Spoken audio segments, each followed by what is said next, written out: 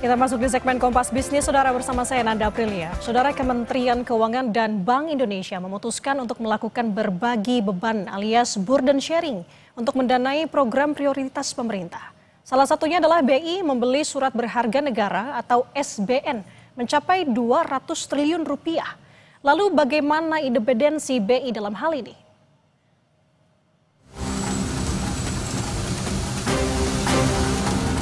Kementerian Keuangan dan Bank Indonesia sepakat berbagi beban bunga untuk program pemerintah Prabowo Subianto, yakni program Perumahan Rakyat dan Koperasi Desa Merah Putih. Di pasar sekunder, Bank Indonesia bilang telah membeli surat berharga negara atau SBN mencapai 200 triliun rupiah hingga akhir Agustus 2025. BI mengklaim pembelian SBN ini untuk jaga stabilitas pasar keuangan sekaligus pendanaan program pemerintah. SBN dari pasar sekunder karena kebijakan moneter kami memang ekspansif, tidak hanya dengan penurunan suku bunga, penambahan likuiditas, juga melalui pembelian SBN dari pasar sekunder. Kami update kemarin, dari sejak kemarin kami telah membeli SBN sebesar 200 triliun data terbaru kemarin, termasuk untuk debt switching. Nah, kami bersinergi dengan Menteri Keuangan, sebagian dana dari SBN ini untuk pendanaan program-program ekonomi kerakyatan dalam Asa Cita seperti Perumahan Rakyat, Koperasi Desa Merah Putih, dengan burden sharing atau pembagian beban bunga yang tentu saja bersama BI bersama Kementerian Keuangan, dan karenanya akan mengurangi beban pembiayaan dari program-program untuk ekonomi kerakyatan dalam Asa Cita ini. Sementara Menteri Keuangan Purbayayudi Sadewa bilang skema burden sharing atau berbagi beban bunga antara BI dan pemerintah tidak akan memicu lonjakan laju inflasi dalam negeri. Kita 6,5 atau lebih, kita masih jauh dari inflasi. Jadi kalau saya injek stimulus ke perekonomian, harusnya kalau ekonominya masih di bawah di 5%, masih jauh dari inflasi. Itu yang disebut demand pull inflation, dan itu masih jauh dari situ kita. Sejak krisis kan kita nggak pernah tumbuh 6,5%. Jadi ruang kita untuk tumbuh lebih cepat, terbuka lebar, tanpa memancing inflasi. Burden sharing atau skema pembagian beban pembiayaan antara pemerintah dan bank sentral dikhawatirkan menabrak regulasi yang berlaku dan berakibat pada stabilitas ekonomi jangka panjang.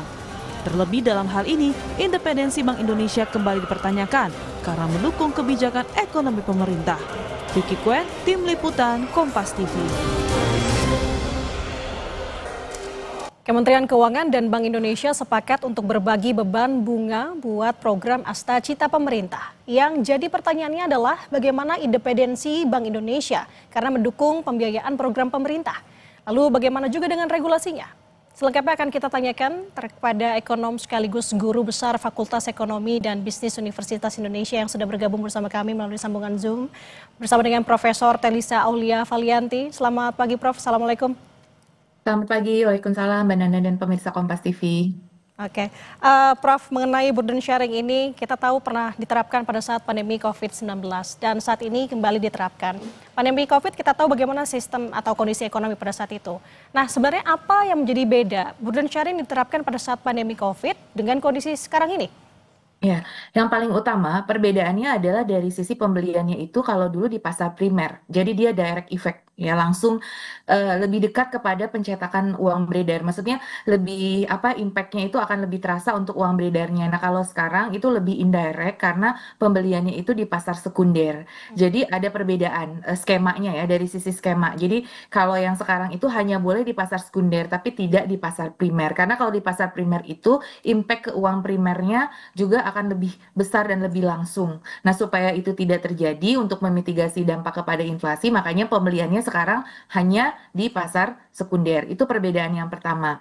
Kemudian yang kedua, tadi Mbak sudah menyebutkan kondisinya memang berbeda. Jadi mungkin urgensi burden sharing pada saat itu kalau misalkan merah, kuning, hijau itu di kondisi merah, sehingga memang pilihannya itu sangat sedikit sehingga itu memang urgent untuk diambil. Nah, kalau sekarang tuh sebetulnya urgensinya lebih kuning, artinya tidak terlalu merah diambilnya, sehingga dari sisi jumlahnya pun tidak terlalu besar seperti itu. Itu perbedaannya. Jadi dari faktor-faktor yang mendrive dari adanya burden sharing itu sendiri. Karena sebetulnya kita masih punya choice selain burden sharing seperti itu. Tapi kalau waktu itu choice-nya sangat tidak banyak, sangat sedikit lah, bisa dikatakan sangat-sangat terbatas. Kalau sekarang sebetulnya alternatif kebijakannya itu bisa ada hal lain selain burden sharing. Nah, tetapi kan pemerintah ini mungkin melihat bahwa monetary itu masih punya space sehingga ya udah dilakukan burden sharing ini cuma secara lebih terkendali karena dari sisi jumlah kalau dulu kan kalau tidak salah hampir mencapai 1.000 triliun ya, 800 sampai 1.000 triliun. Nah, kalau sekarang kan 200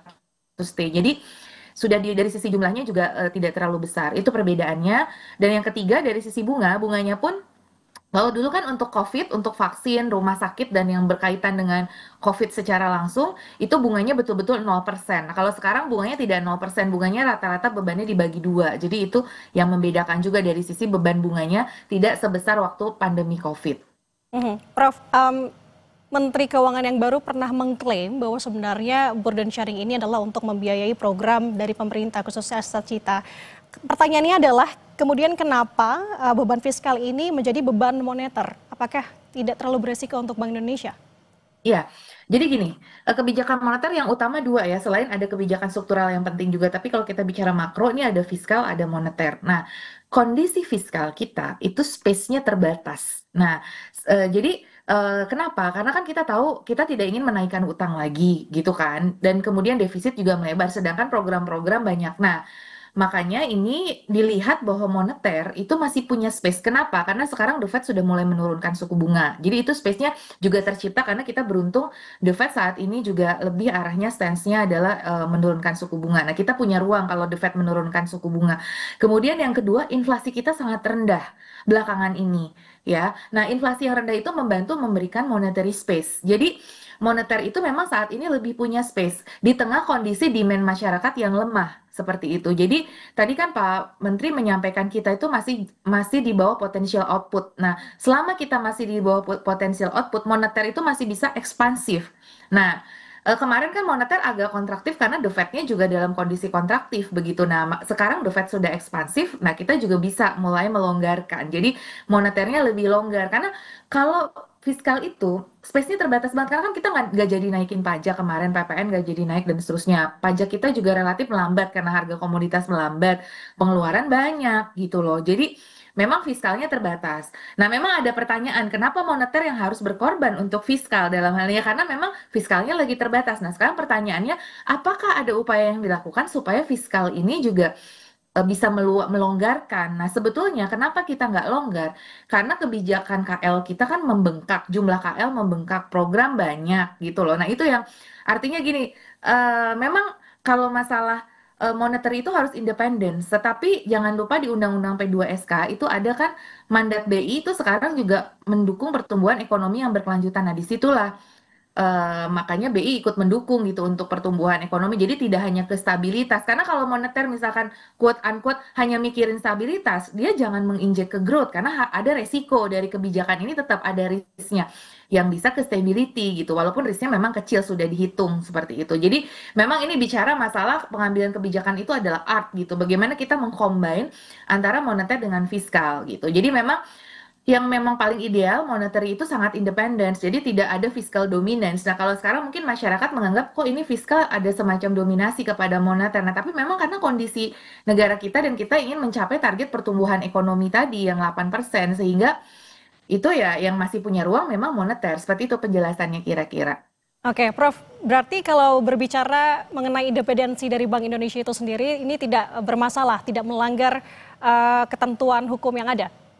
Nah, sebetulnya kalau kita bicara ketentuan di Undang-Undang P2SK, itu karena kejadian kemarin COVID, akhirnya kita mulai berpikir kita harus berjaga-jaga, kita harus punya bumper. Jadi makanya burden sharing ini masuk di dalam Undang-Undang P2SK. Sebelumnya kan di Undang-Undang Darurat tuh nomor 1 tahun 2020. Nah, dari situ kita kemudian belajar ada saat-saat di mana kita butuh burden sharing ini dalam kondisi urgen seperti kondisi pandemi COVID.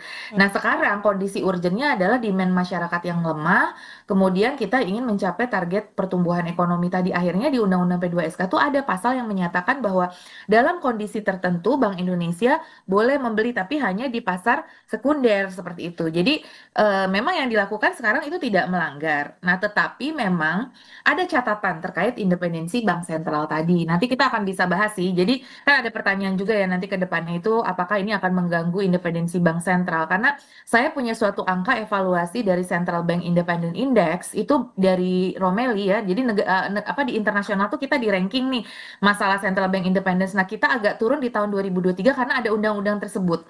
Jadi dengan adanya undang-undang diberikan ruang burden sharing, kita memang agak sedikit turun dari sisi Central Bank Independence ini. Sedikit sih, tapi setidaknya itu berarti jadi perhatian bahwa burden sharing ini memang sedikit mengurangi independensi bank sentral seperti itu. Karena memberikan ruang untuk intervensi fiskal tadi.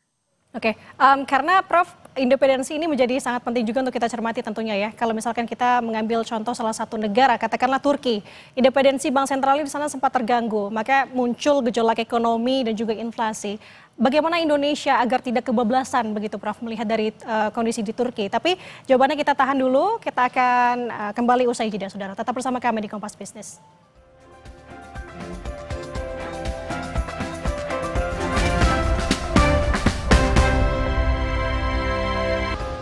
Kembali di Kompas Bisnis, saudara masih bersama dengan saya melalui sambungan daring, ekonom sekaligus guru besar Fakultas Ekonomi dan Bisnis Universitas Indonesia, Profesor Telisa.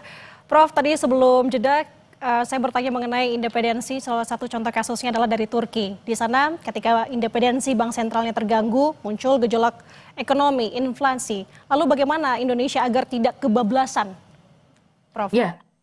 Jadi memang ada perbedaan signifikan ya antara kondisi di Indonesia dengan di Turki ya. Jadi memang Turki itu sangat sering liranya mengalami depresiasi ya. Jadi kalau kita lihat memang karena kebijakan di sana itu agak berbeda. Jadi kalau Indonesia sebetulnya dengan adopsi undang-undang waktu itu undang-undang tentang independensi bank sentral ya, itu bahwa kita tuh adalah inflation targeting framework. Jadi kita sangat stick pada inflasi dan kita sudah berhasil terlihat bahwa inflasi kita sekarang sudah sangat rendah ya. Itu adalah keberhasilan dari penerapan inflation targeting framework dan independensi bank sentral sejak tahun 99.